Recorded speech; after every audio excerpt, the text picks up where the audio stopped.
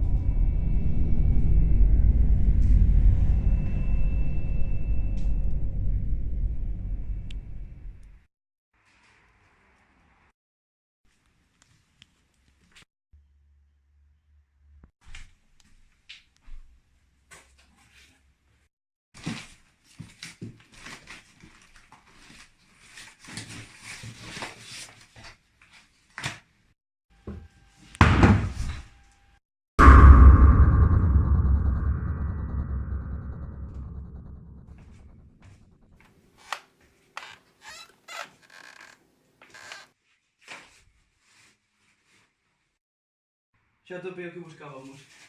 Xa dixen que eu non quería reabrir o caso. Isto solamente nos trará problemas. Sí, vou agora por ali.